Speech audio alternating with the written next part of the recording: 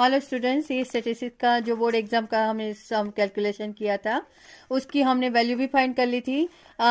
जो C F की value है, एफ की वैल्यू है, एल की वैल्यू है, एच की वैल्यू है, मीडियम क्लास की वैल्यू है, वो मीडियम क्लास की वैल्यू तो दी गई थी, वो हमने यहाँ पर फॉर्मूला के साथ राइटिंग की और इस तरह से हमें काउंट भी किया था।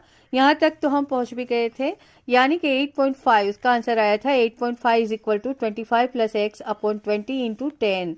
यानी अब हमें क्या करना है, अब हमें करना है ये 20 है, इस ओर आ जाएगा, इज इक्वल टू इस ओर आ जाएगा, यानी कि 8.5 into 20 is equal to 25 plus X into bracket और इंटू 10। अब हमें क्या करना है, इनका इंटू करेंगे तो हमारा आंसर आएगा 170 is equal to 25 plus X into 10। अब इंटू 10 को इसके साथ नहीं करना है, हमें 10 को यहाँ पर ले जाना है, इज इक्वल टू की इस ओर, यानी 10 का 0 कट हो जाएगा, यानी आंसर है 70 is equal to 25 plus X. तो ये आंसर हमारा आ गया, यानी x को इस ओर ले जाएंगे, यानी 25 माइनस 17, यानी x is equal to 8 answer आया। हमें वैल्यू कौन सी फाइंड करनी है, हमें यहाँ पर जो दिया गया CF का जो लास्ट नंबर हमें एडिट किए थे F की फ्रीक्वेंसी के साथ, वही नंबर में हमें x की वैल्यू जो हमारा x इज इक्वल टू 8 आया है उसको पुट करना है, यानी कि उसमें राइटिंग करना है, यानी 45 plus X plus Y is equal to 60।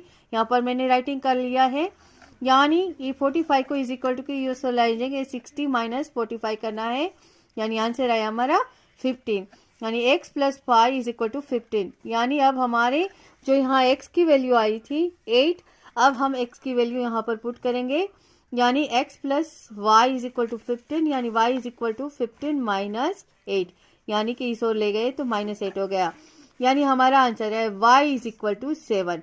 यानी CF का जो आपका ये स्टैटिस्टिक्स का मोस्ट इंपोर्टेंट क्वेश्चन है वो हमारे 4 मार्क में पूछा जाता है क्वेश्चन। ओके, ये 4 मार्क सेक्शन डी में मैथ्स बोर्ड एग्जाम में पूछा जाता है, यानी कि अगर आपको CF का ये क्वेश्चन अच्छे से आ जाए तो आप उसे कैलकुलेशन अच्छे से कर लो और इसको आप पूरा का पूरा मार्क्स राइटिंग कर लो। अगर आपको शायद कोई काउंट में मिस्टेक हो जाती है, लेकिन आपको स्टेप बाय स्टेप, ये फर्स्ट स्टेप है, ये पहला फर्स्ट स्टेप है, वो आपको फर्स्ट 1 मार्क्स देगा। ये सेकंड स्टेप है यहाँ तक का, तो उसका 1 मार्क कैलकुलेशन होगा, यहाँ से यहाँ तक का आपका 1 मार्क्स कैलकुलेशन होगा और यहाँ 1 मार्क, यानी कि आपको इनमें से कोई स्टेप्स गलत हो गया तो इसका 1 मार्क ही कट होगा, बाकी सारे मार्क्स आपको मिलेंगे। इस तरह से बोर्ड एग्जाम में मार्क कैलकुलेट किया जाता है।